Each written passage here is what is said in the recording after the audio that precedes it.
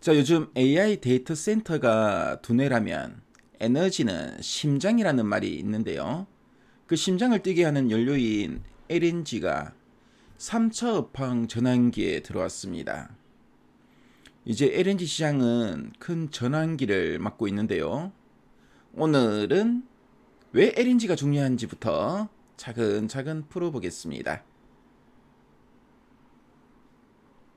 자, 2026년부터 2030년까지 미국과 카타르에서 새로 짓는 LNG 공장이 본격적으로 가동될 거라고 합니다.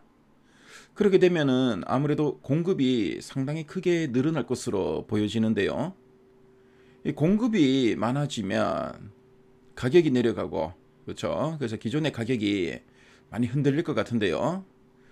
자, 그런데 의외로 가격은 안정될 것이라는 전망이 상당히 많습니다. 그 이유는 대부분 장기 계약이기 때문에 물량이 묶여 있기 때문입니다. 자, LNG 시장의 빅3를 꼽으라면은 미국, 그리고 카타르, 그리고 러시아가 있습니다. 자, 이 미국은 셰일 가스를 바탕으로 2030년쯤에는 수출량이 지금보다 2배 가까이 늘어날 예정인데요. 카타르는 세계 최대 가스전인 노스필드를 이제 확장해서 점유율 25% 이상을 또 노리고 있다고 합니다. 반면에 러시아는 제재와 인프라 부족 때문에 좀 불확실성이 큰 편입니다.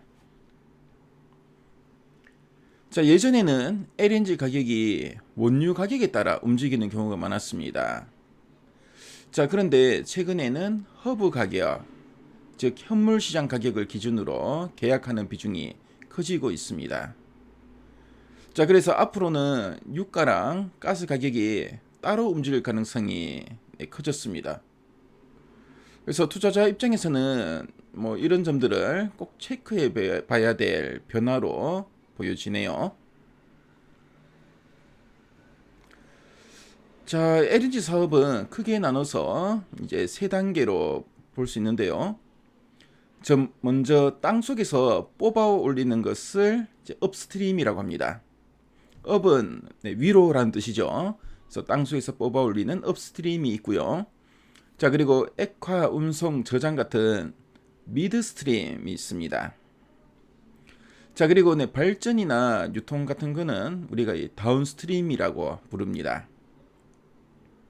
자, 그래서 공급이 너무 많을 때는 업스트림은 변동성이 크지만, 자, 이 미드스트림이나 다운스트림 같은 경우에는 이게 수수료 기반이기 때문에 안정적인 현금 흐름을 만들 수 있습니다.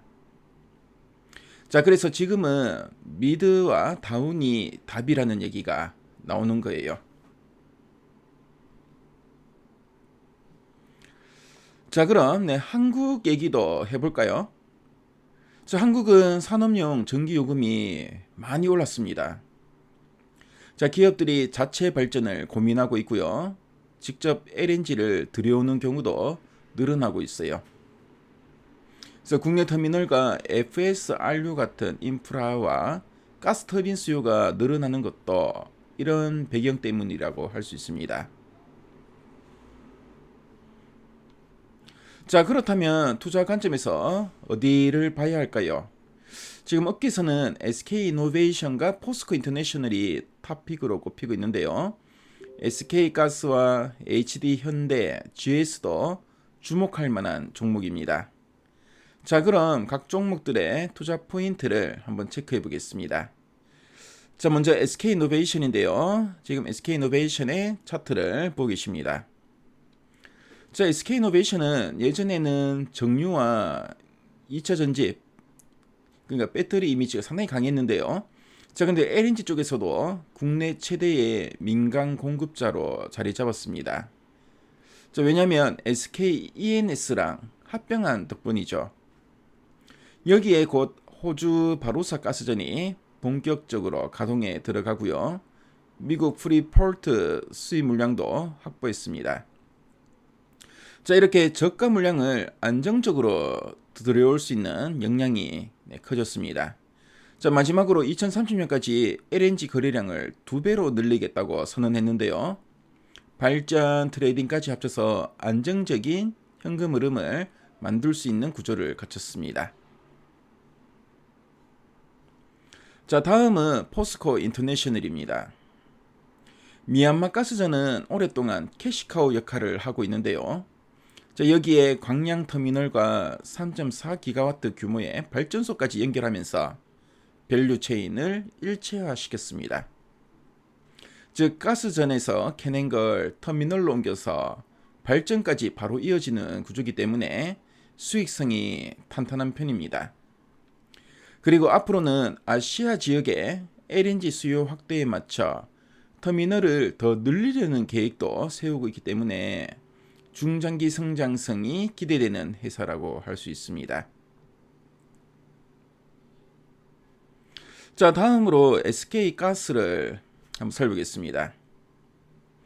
SK가스는 기업명을 보시면 아시겠지만 이름 그대로 가스 쪽에서 강점을 가지고 있습니다. 울산 GPS 발전소가 가동되면서 안정적인 전력 생산 기반을 확보했고요.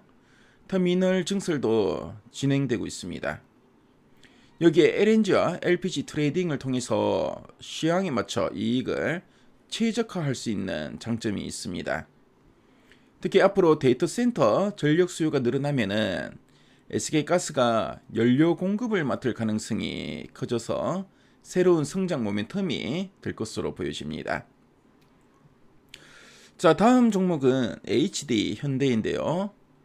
조선업 하면 떠오르는 게 바로 HD 현대입니다. LNG선 건조에서 세계적인 경쟁력을 가지고 있는데요.